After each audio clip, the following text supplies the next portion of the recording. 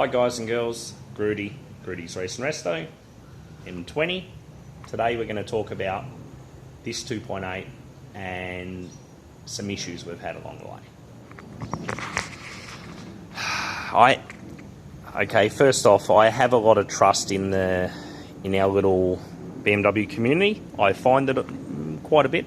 People ring me, I give a lot of advice. I try to give people the best advice. I would rather give someone some recommendations and then them build an engine and actually beat me. So then I've got some competition, you know, some other people out there learning things that I might not be learning that maybe they can teach me things. All right. I'm always happy to pick a fault with my own work, let alone others. But lately,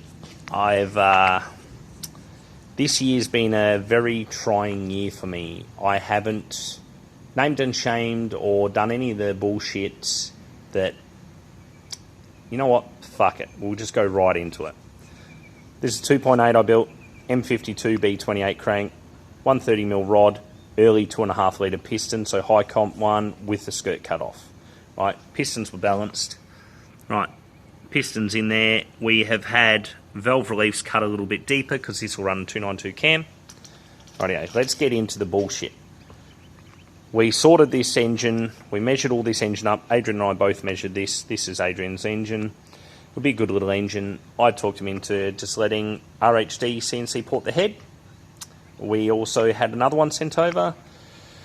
We've had an absolute debacle. RHD actually don't do any machining anymore. So if you look in here, let's turn the light down a little. Right, if you look in here, they've missed the whole roof. This head wasn't set up. Its datum points weren't correctly calculated. Now this head went to, so RHD doesn't actually do any machining anymore. It's all done by Ram's cylinder head service and the CNC jobs by them. It's questionable where the CNC job come up with, but we'll get into that at a later date. Now, this was set up with a 38 to 40 thou quench in mind. Now, quench is, let me show you. See the little black line?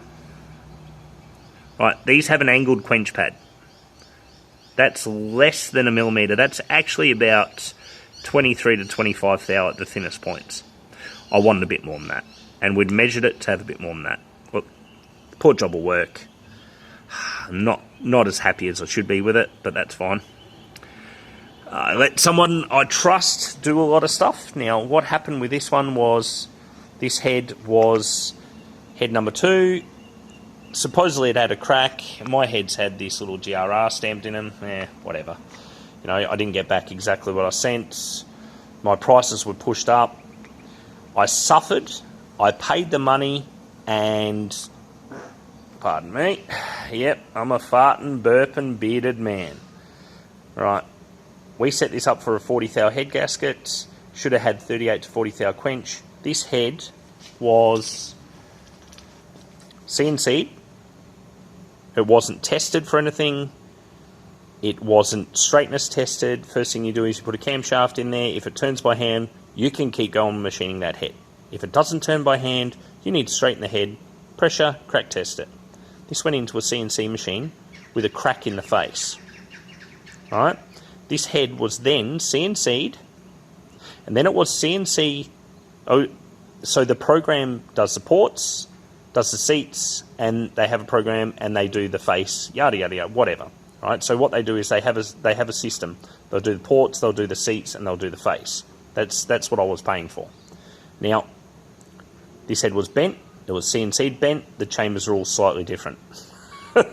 That's not the end of it.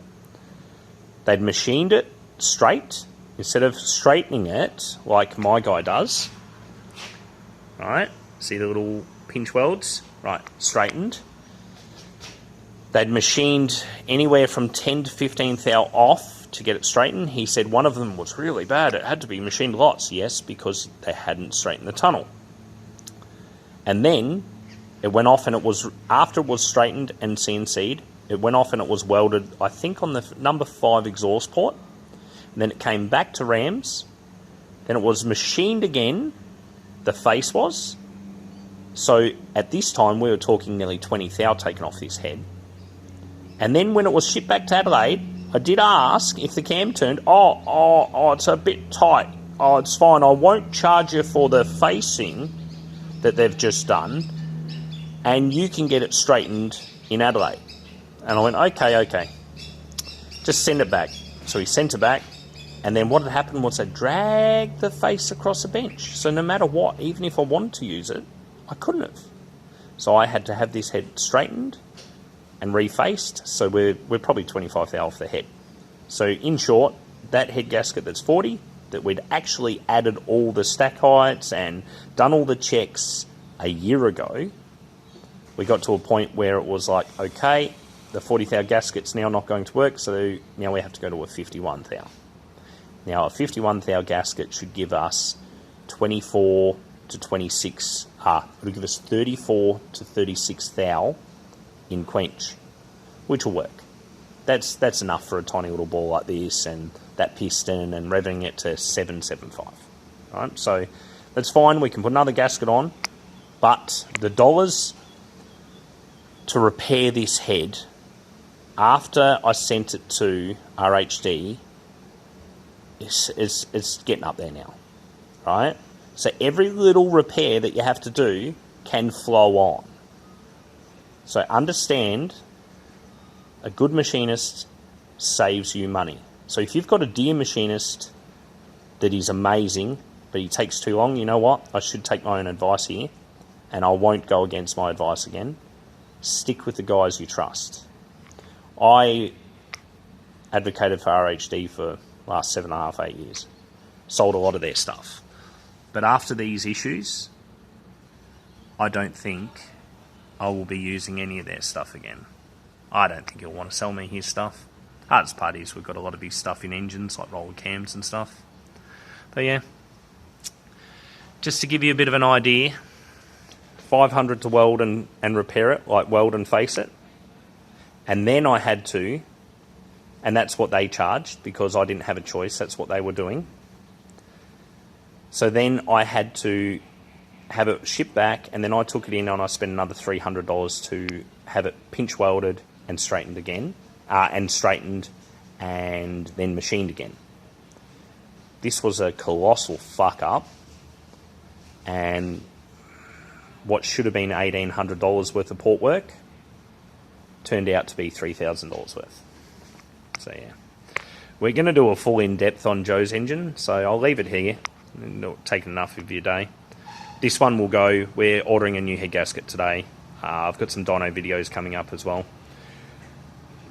I'll do a full in-depth of how much extra it cost on Joe's head and what her engine's worth and what kind of power we make and everything else. But yeah, to give you an idea. And yes, I'm disclosing who fucked up here.